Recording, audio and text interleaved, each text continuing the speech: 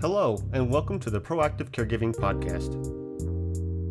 As a CPA with over 20 years as an industry accountant, Jessica stepped away from the corporate world to become a full-time caregiver for her mother. Having learned invaluable lessons along the way, she is now here to share those with you and to invite you to join her on this caregiver's journey. Here is your host, Jessica Cannon.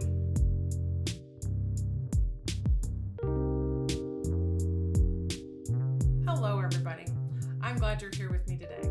I am the Proactive Caregiver, and I specialize in educating others on how to be proactive by empowering you, the caregiver. If you cannot take care of yourself, then you can't take care of your loved one. Today, I want to talk to you about caregiver environment with investor and Nest strategist, Christopher Hahn. The reason behind this is because many years ago, Mom tried to make me promise that I would never place her in a nursing home just because of her understanding of what state-run nursing homes represented to her.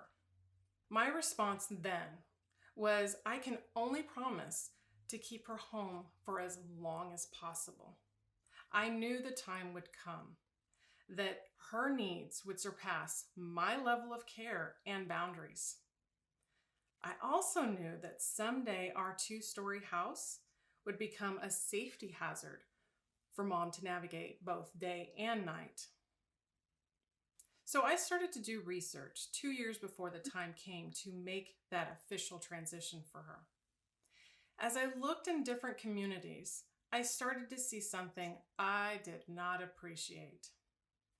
Seniors are commoditized like healthy, conscious individuals searching a neighborhood gym. On most tours, I was presented with the bells and whistles, followed by a hefty price, which only reinforced my gut that assisted living industry that just doesn't truly understand what dementia is. Training of the staff caregivers might have varied from place to place, which might have helped slow their turnover, but the environment was crucial to me. Christopher Hahn understands this all too well. He understands the needs for seniors to have an environment that supports their current living, which goes above and beyond safety. As an investor across various interests, fate led him to a passion-based investment in Texas and becoming an owner-operated memory care platform. His passion paved the way to the founding principle behind the award-winning Stony Brook Communities in Central Texas. With over 19 years of experience in senior care space, Christopher has become an established developer known for high quality and successful projects in the Midwest and Texas. Christopher has become a very much so recognized expert with the HUD 232 lien protocol for new construction financing. He has 100% approval rate over more than a dozen projects across 3 portfolios. But before senior care, Christopher Hahn spent 14 years as a specialist in structured derivatives in New York after graduating from the University of Pennsylvania with a bachelor's in economics and a minor in art history. During his tenure on Wall Street, he specialized in derivative structures and risk management.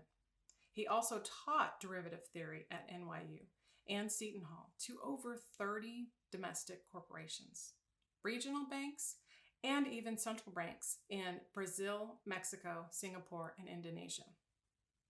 Christopher is not all business, though, because in his spare time, he's able to go skiing, cycling, tennis when the shoulder allows for it, and he enjoys true New York-style pizza. So thanks for coming on with me today, Khris. Hi, guys. How are you? Thanks for having me. Absolutely.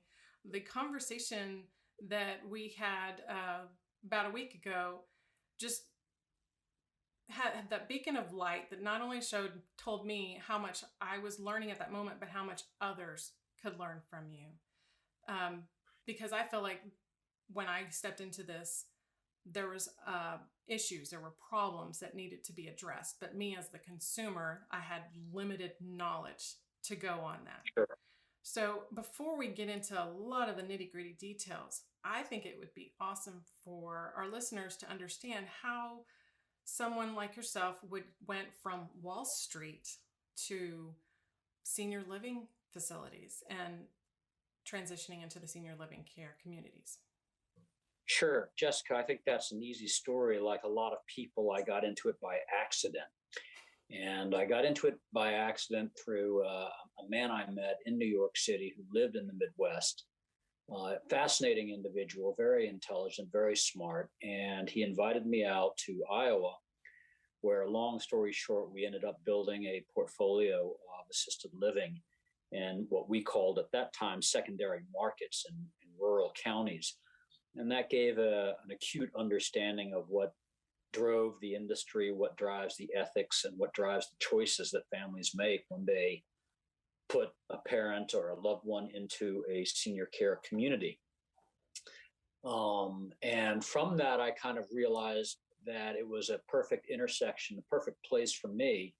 It was the combination of old people, which in my culture and in my ethic are venerated and held in high esteem, and design, which I had originally intended when I went to college, architecture, and business. So it was the confluence of those three things, and it really made me feel at home in the space.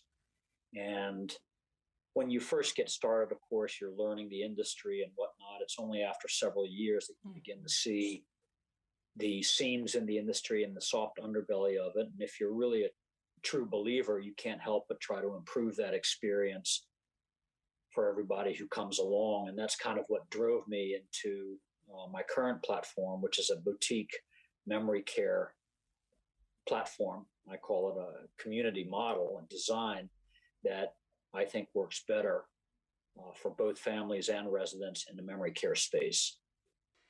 And that space is something that, like you said, it took me a couple of years of just barely, and I was coming from it from a different perspective. So in those Sure. couple of years that I was trying to get that better understanding, from what I was seeing was far different from what you were saying.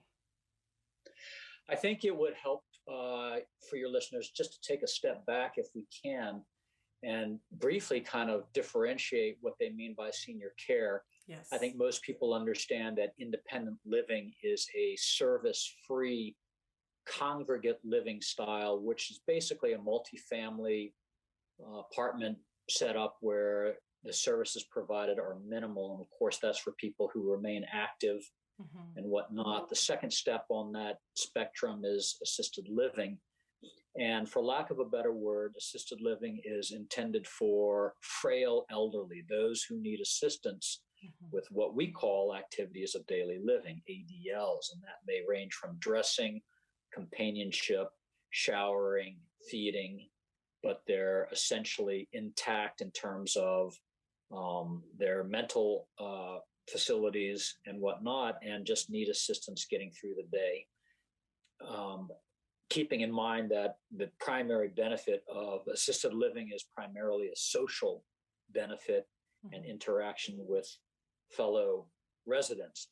Memory care is a wholly different beast. It is a highly supportive and intense environment that caters to those with dementia-related symptoms.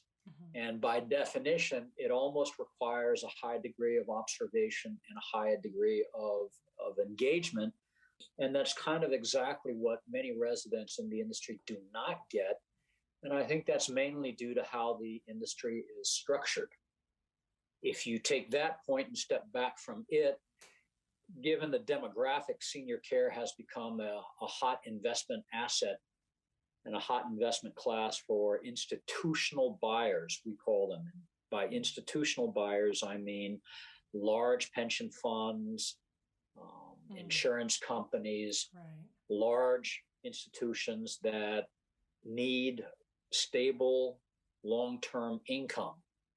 And of course, you have large senior care companies who tend to seek dividend growth, and they do that through some development, but primarily through acquisitions. The issue comes in when you consider that asset classes naturally attract money, and most of that money comes in the form of short-term investors teaming up with even shorter-term developers. Both tend to seek exits at some point in time. Both tend to seek faster exits than not, and large payoffs. That's what we call a merchant build model. And that's where the goal is to build, fill, and sell. And that really encapsulates what the merchant build model is about. What that means is that short-term interests are prevalent in the industry. And that results in that commoditized approach to seniors that you spoke of, and that we've talked about. In that kind of commoditized approach, it explains why there's third-party managers, changes in management, changes in ownership. And this filters down to an interactive level with people. When they go in, they'll meet a marketing director, a person who has nothing to do or has no impact on the care of your family member. They're selling you a product that chances are they won't be around in 2 years. Right. 2 years later. And the reason why is that they're looking to get these bonuses that are attached to lease up, what we call lease up residency, where you're building occupancy for the owner / developer in the hopes of maximizing short-term income to drive a sale. And what that means is that the interests of your developer owners and operators are divergent from really why you're there in the first place, which is the care of your relative. Exactly. And so you've got a lot of people who are hyper-focused on margin, hyper-focused on occupancy, and there's been for lack of a better word, what I call a Disneyfication in senior care, where a lot of product coming to market is over-featured. I consider that over-featuring to be the backbone of these slick marketing campaigns that are predicated mostly on a real estate platform, where they're trying to sell you on the amenities, all of which are costly, all of which require, fantastic maintenance, and none of which really has an impact on the care of the resident. So you're seeing kind of the market striate into two levels, for lack of a better word. You have the high end that pitches these real estate driven, fancy, glossy sales, and everyone else. In these larger facilities, you tend to get memory care services provided as an appendage to the main identity of the community, which is either an assisted living or continuous care community. And it's frequently buttonholed into the floor plan as a higher margin wing.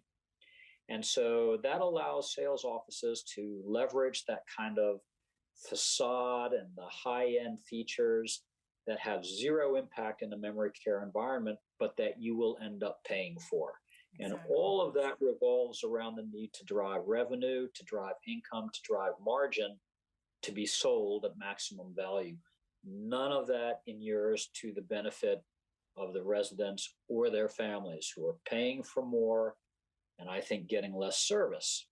Absolutely. And what ends up happening in those environments all too often is over-medication. It is a problem that we see. We get a lot of what we call transitional residents, those who have moved out from other places, and their medication load is substantially more than what our doctor recommends. And I think part of that is situational. And what I mean by that is you get a bunch of a large population of memory care residents. You have a larger range of behaviors. You've got larger potential for conflict. And with larger populations and distractions, you have longer transitions and a higher base level of agitation. Right. I think the way you address this is number one, to avoid the the trap that a fancy dining room with a fancy sounding dining program with a fancy sounding memory care program. I think a lot of these communities walk up to the line of what's really fair to be marketed. There's a general impression that these programs will walk back dementia. Yep. When there is no evidence to suggest that, no medical evidence, no anecdotal evidence. It's a part of the glossy sales pitch that you will get. Mm-hmm. At the community that I have been working on, we don't have a program because we consider interaction and engagement to be a 24-hour process, just like at home.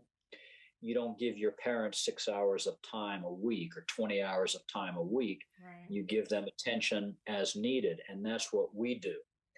So I think the way you tackle this is several ways. In a memory care environment, smaller is better. Yes. It limits the population, which limits the behavioral spectrum, but most importantly, it emphasizes a familiarity of other, familiarity of staff, mm-hmm. and familiarity of surrounding to a much higher and more consistent degree. That paves the way for easier, smoother transitions. Yes. In smaller environments, residents can't get lost or overlooked. And what that means is they can't be neglected. Exactly. In a smaller setting, you have more natural and frequent interactions between staff and residents, just due to the flow and how people centrally collect in a smaller environment, which means that you can be more observational and proactive in your care approach. When you revise your care approach to be proactive instead of reactive, you can monitor residents more easily. Mm-hmm. You can track changes in their conditions, which is hard to do in large populations, higher staff numbers, more distraction. It's very hard to establish a baseline of what each resident's condition is.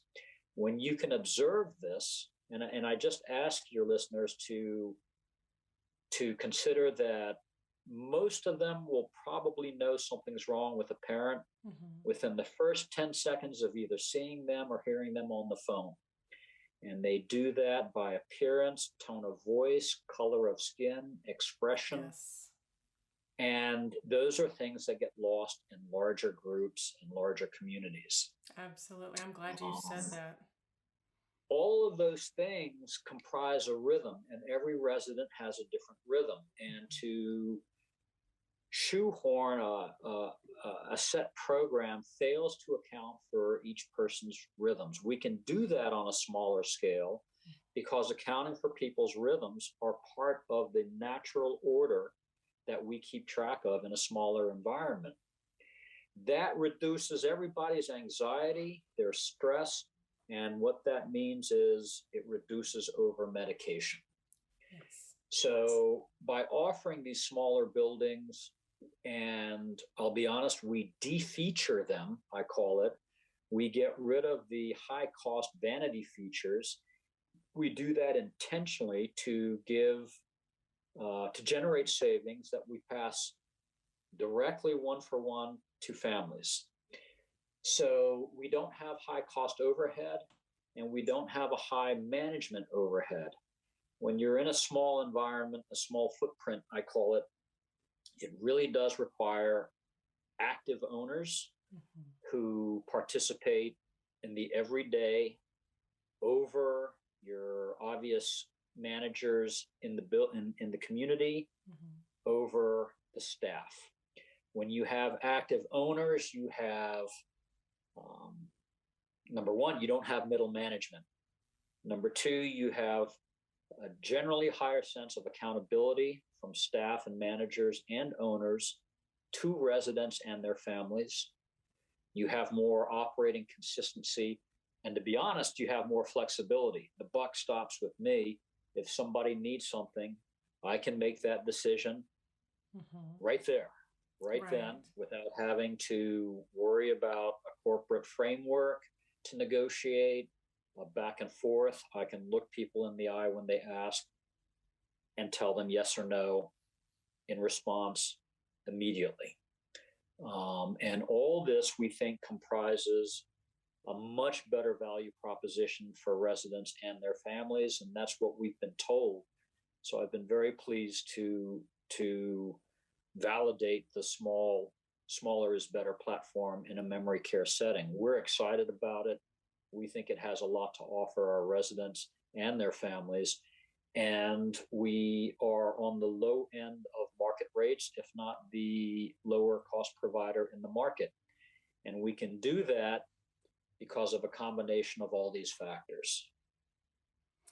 And it's fabulous. And I understand this now because as the average consumer, I want to say that I fall into this average consumer space, that when I was originally looking for mom, the difference in communities that I went from the mini mansion style to a little bit smaller but still high occupancy to the smaller still what on my end of this I would call the group home, but seeing the difference and trying to find something that I thought was, oh, mom would definitely like this because of the features, because that's what caught my eye walking into each of these places, seeing the features. But I fell prey to that same mentality that somehow the look and feel of stepping into a facility, that the features were going to offer her better care, which was not true by any means. And changing her from one community to this smaller group community, just as you explained, I actually saw the difference in her complexion, the difference in her medication, the transfer that took place, and acknowledging the list of medications she started with there, which transferred with her, were far more than I had acknowledged, and given the new place information that these are her listed doctor approved medications, she was on far more than I was aware of. So that's not surprising. Here is something for anybody to consider. In these large and let's just call them fancy, high-priced communities, they are plagued by the same issues that any and all other communities are plagued by: staff turnover, low-cost wages, overworked staff, poor food, a lack of accountability. All of those things affect those big communities just as well. Just because your dining room has stone in it doesn't mean that they don't have better staff. It doesn't mean that somebody won't get lost or anything. Yes. And you're right, those features are intended to hit you. They're intended to attract you, and they're intended to convey a sense of gravitas that doesn't really show up operationally. So what I tell people is, number one, in a memory care environment, you should probably look for about 4 things. And it just comes down to these 4 things. It's very simple. Find out who owns the place, who they are, what they're about, because chances are that ownership is going to change. Yes. 2, find a dedicated environment. Memory care and assisted living are different. People package the two together because there's this notion that as people age, and I shouldn't say it's a notion, people will eventually get Alzheimer's and dementia-related symptoms.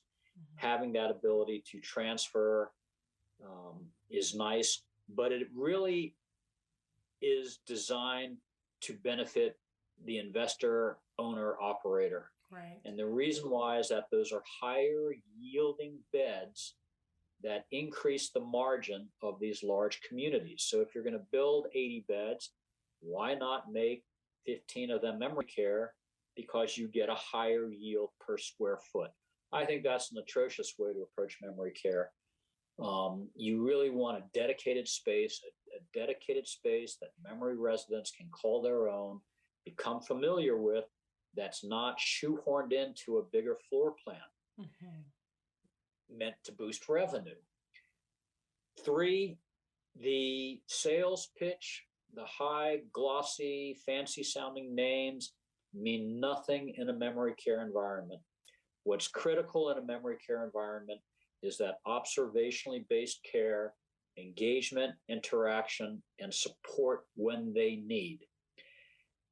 A high, glossy, high pitched sales pitch doesn't ensure that at all. It only ensures that you're paying for that high, glossy sales pitch. Exactly. And chances are the person you're speaking to will not be there in 2 years as they seek and chase bonuses filling up a new community.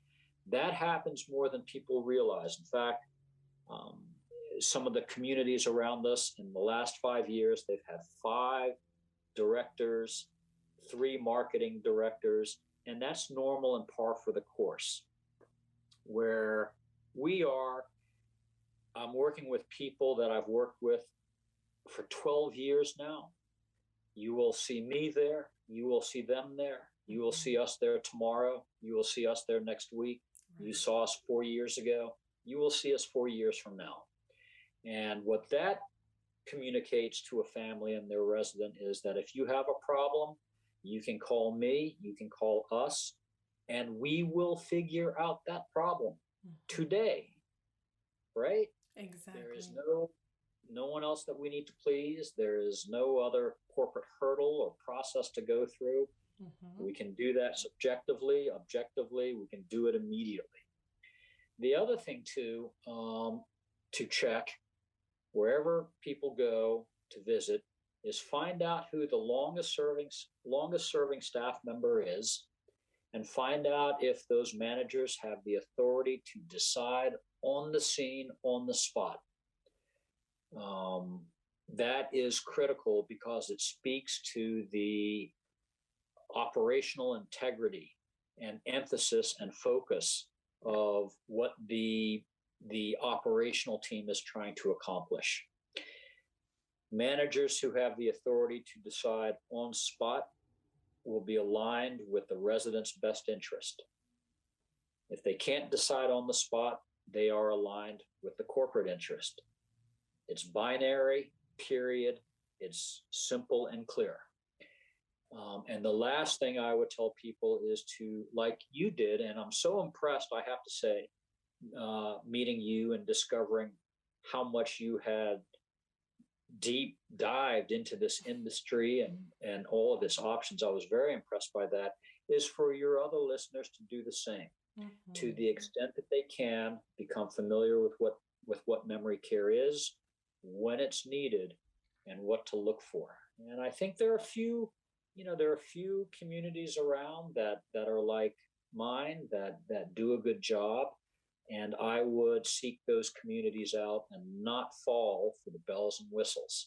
Yes, and this is why I really wanted to have you on to help share this information for the listeners, because again, on my side of the fence here as a consumer, I've spoken to other caregivers before I actually stepped out on the streets and drove to the communities to get my own impression stepping into places. I asked, what are good places in the area? Where have you gone? What has your family member experienced? And there were other caregivers that actually would tell me, oh, there's this place up the road. It's been there for who knows how long, decades. It once was called this, and then it became that, and then it just recently became, so it clued me in right away. That one has been changed. The ownership has changed hands so many times. And that is correct. Even in the very first community, what I call my training wheels experience for mom, getting her into the first community, she wasn't even there a full year and management changed because I didn't know to ask early on who owns it, how long they owned it, because the beautiful glossy folder that I received with all of their amenities and all of their pricing and all of their floor plans, it was nice to hold, but it told me nothing about the kind of care my mom would get. And I just saw large sticker prices, and to me it was alarm bells going off, because if something is starting at such a high rate, and they made it clear to me not the level of care but their perceived activities list and what their cost of living, just letting me know up front, our cost of living is anywhere from 3 to 5%. Well, after COVID, it was 6%. But they let me know right away, this is what you can expect in terms of cost and what they were providing me for that cost. But it still, the conversation never really focused on care. It was about the That's right. amenities they were trying to provide her. So a couple things that what you just said reminds me of. One is we haven't had, unfortunately, we had to bump our prices, or are going to be bumping our prices going into next year. We have not had a price increase in 4 years.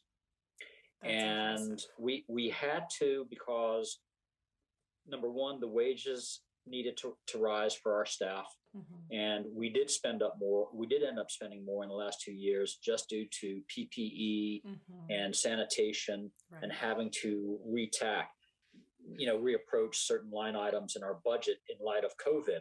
But we held out as long as we could. And even so, our price increases are less than anybody else's. In fact, they're kind of token. And we made a conscious decision that we would try to hold our pricing as low as possible, not as high as possible, to assist families meet this burden. We understand it's a burden, and we were willing implicitly to cost share. Two, these glossies that are full of floor plans, features, I'm sure they had an insert about their fantastic dining program, Mm-hmm. all these things and their activities. None of that actually happens in the way that you expect it's going to happen. Exactly. What we do is we let our residents and their families tell us what activities their parents liked. And we pitch throughout the day to all of those activities. Somebody at some point in time gets something that's on their top 5 favorite list. In other words, we pitch our activity program to the resident, as opposed to having residents buy in to our 20-hour-a-week program. We engage our residents as a matter of walking through the building, as a matter of lunch, as a matter of just hanging out in our main commons. We try to engage our residents at all times that they want to be engaged in the way that they want to be engaged. Not everybody likes to be engaged, in which case these fancy programs are meaningless to you. So we don't bother with that. We try to cultivate our relationship with the person. And you can only do that on a small footprint. You can't do that with a large population with varied behavioral aspects and varied interests. It becomes something that you cannot do as a matter of practice. The last thing I'll say is through these kind of interactions and small space bonhomie, if you want to call it, our residents have gotten used to our staff. Our staff participates in our residents. Everybody kind of has an awareness of each other. And what that does is it reduces the base level of stress for everybody. Mm-hmm. So our environment isn't only good, I think, for residents and their families, but it's also good for our staff. Yes. So when you have your staff and they're working in what I call the de-stressed environment, your chances of reducing staff turnover are higher. Mm-hmm.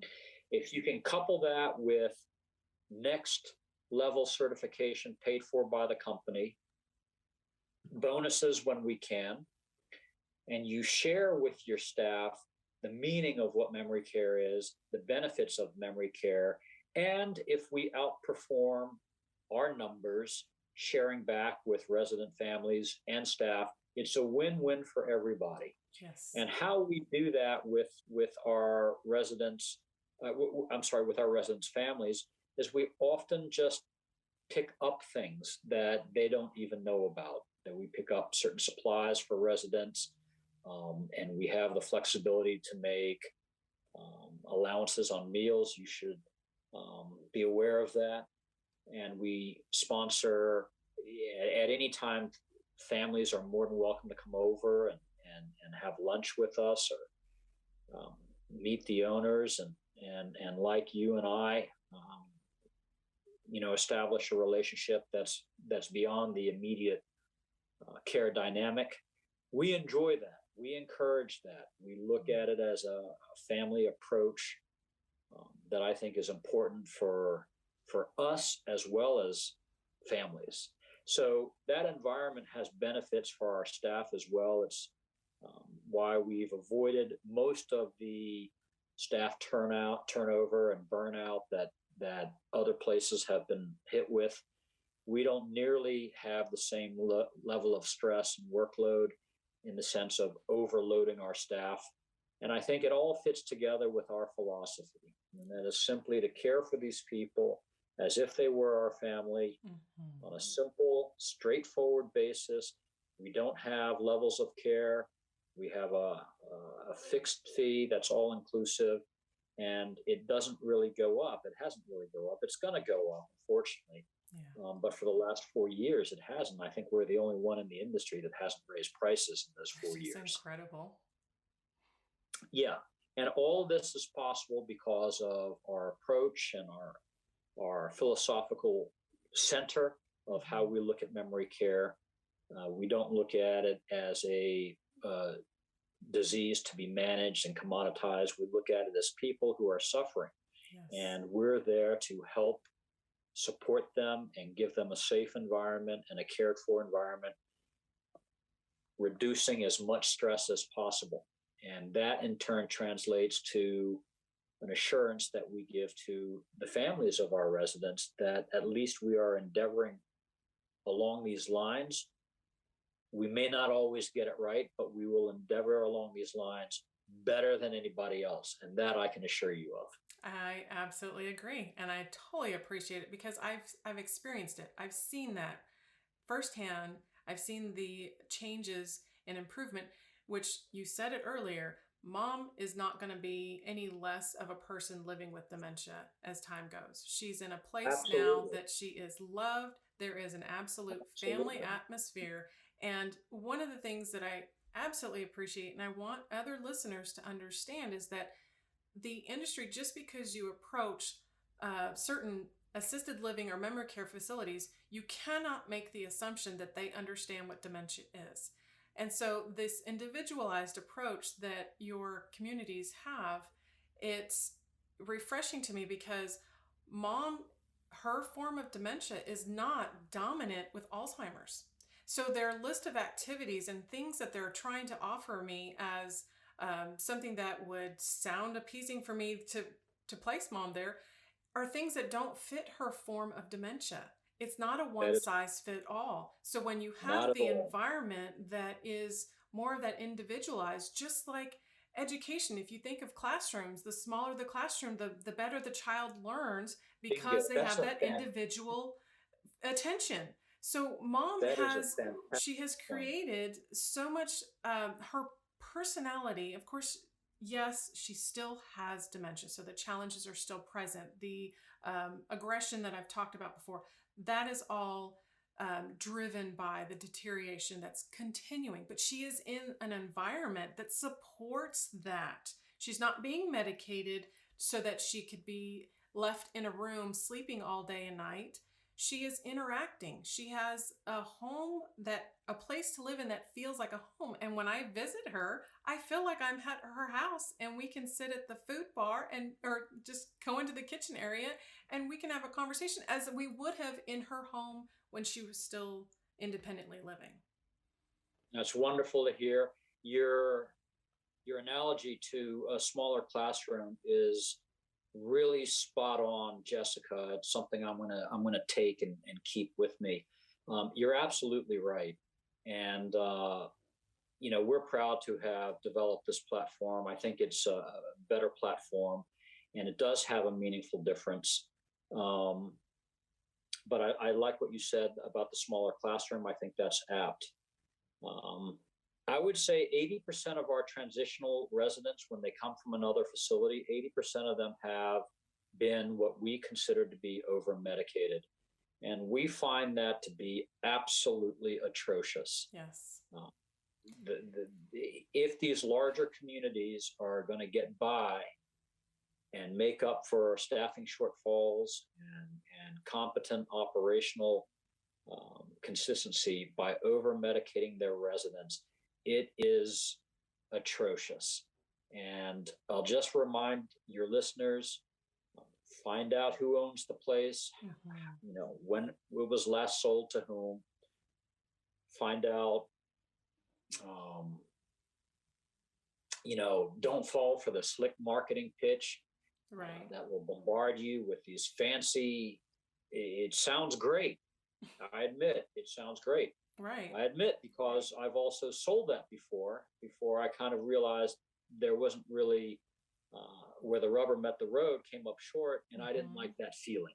Right. So you want to understand the ownership structure. You don't want to fall for the marketing. You do want active, committed, long-term owners behind the community. And you always want to find and interview the longest serving staff member there and find out if they have the authority and flexibility to make decisions on the spot. Yes. I think those 4 things will tell anybody a lot about a community, whether it's assisted living or memory care. Assisted living in some ways is no different. It's just a slightly longer game, a slightly different game.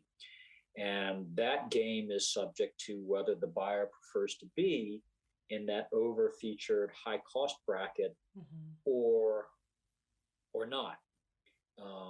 I think as we go forward, there is a coming disaster in terms of memory care, affordability, and the sheer numbers behind the demographic boom. I think you will continue to see, therefore, financially driven investors into the space. And I think they're going to build to formula what everybody else has built. And that formula is geared towards the institutional buyer, not the residential family. Right. And I find that divergence, I'd rather side with families, real people, real issues, real problems. And that to me gives me a real meaningful sense of satisfaction. And that's important to me. So that's what I would encourage your listeners. I think you have become a tremendous source and expert on kind of the pitfalls and the marketing and how to approach the sector. I would encourage all your listeners to reach out to you. You're informed, you're knowledgeable, and I think most importantly, you have the right compass heading and can help a lot of people. And I think that's important and speaks well of how you've entered this topic, how you've discovered what's behind it, and your willingness to do so. I think it's fabulous. Thank you for saying that. It has been a lot of trial and error on my part and trying to become that smarter, better educated consumer and not fall for the pitfalls of what marketing is trying to encourage, but finding the resources and the places that meet mom's needs, that fulfill that demand. The last thing I'll say, and I just had it, is I'll have to tack back to it. I'll probably remember as soon as we finish, but it was a good point. And it just vanished. I'm sorry to say. It's called a senior moment in mom's world. Yeah. I guess you do this enough, it starts to affect you. Yeah, it does. And that's going through this information. It's these little light bulbs that flicker every now and again when I have an experience and I realize, oh, I could have, or I should have. And having more and more of those moments where if I thought use the mindset of what mom needed versus what I wanted, those light bulbs were there. And I think you just got it. The last point, and now I remember now, memory care can be a slow process as you bump up against where and when you need memory care, when you need to move a parent into a community. Mm-hmm. It doesn't sneak up overnight and all of a sudden become something unmanageable. Right. I would encourage, therefore, your listeners to invest the time to learn a little bit about their communities. I understand that they may have a tough situation at home, but I'm just going to say that that tough situation isn't going to get any less or more tough by virtue of taking a week.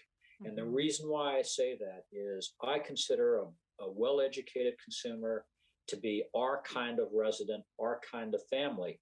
Mm-hmm. 90% of communities out there do not want a well-educated consumer. Exactly. And that is the difference. And I can't say that strongly enough.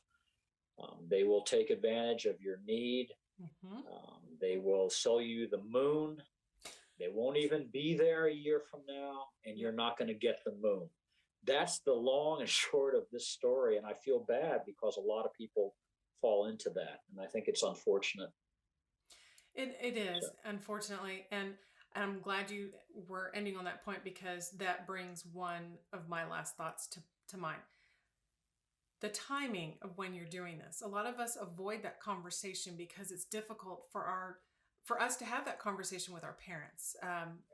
Depending on where their level of understanding or their cognitive abilities or where they are in their stages of dementia, it's hard to have that conversation. But I know one of the mistakes I made as far as timing goes was I kept telling myself I wanted one more Christmas, one more Thanksgiving, one more birthday, one more something that would delay having to go through the process.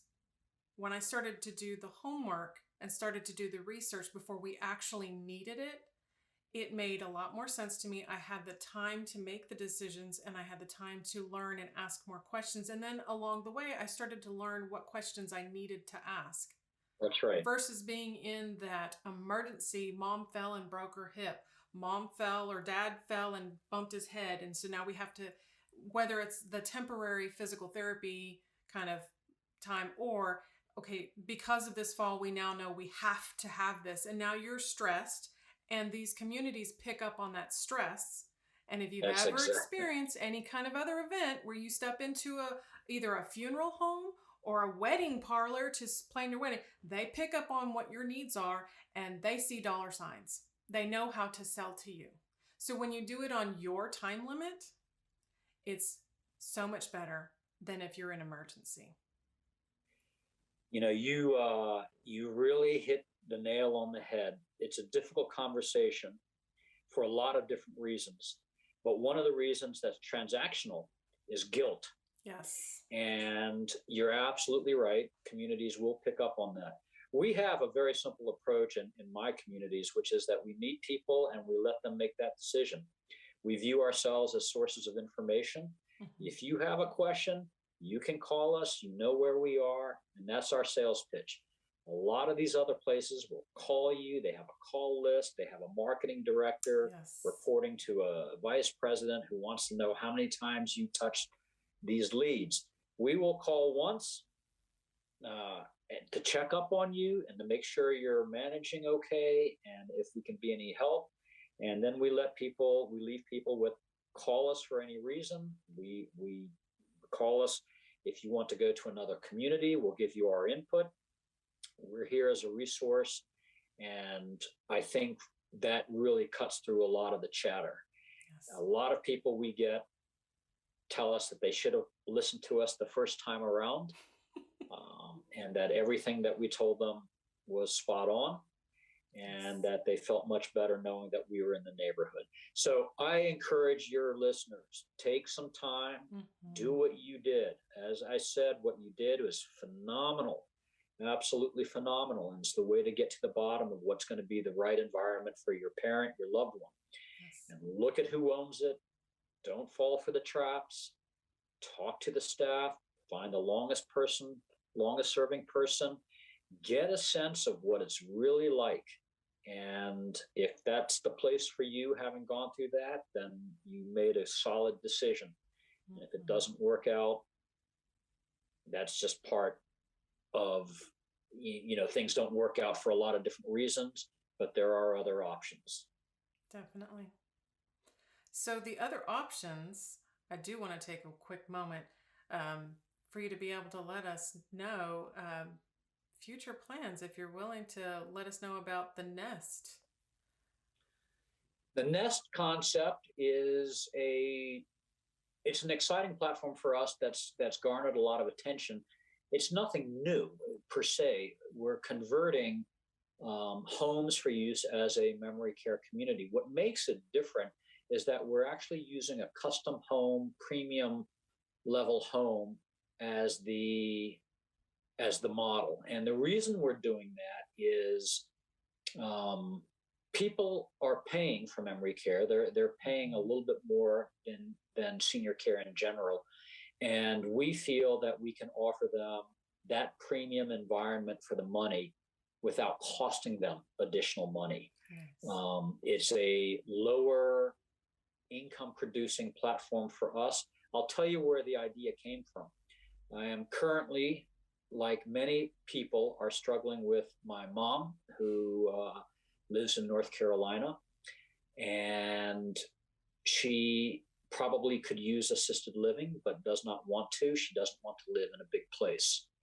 I have thought about building a home and marketing that as an assisted living for a small group of people, and that naturally made me think, well, I think this would really be good in a memory care setting, and I'll tell you why. In going to a home, a pure home, leaving aside for now that it's a premium level home, the transition risk in going from a home into a home is virtually negligible.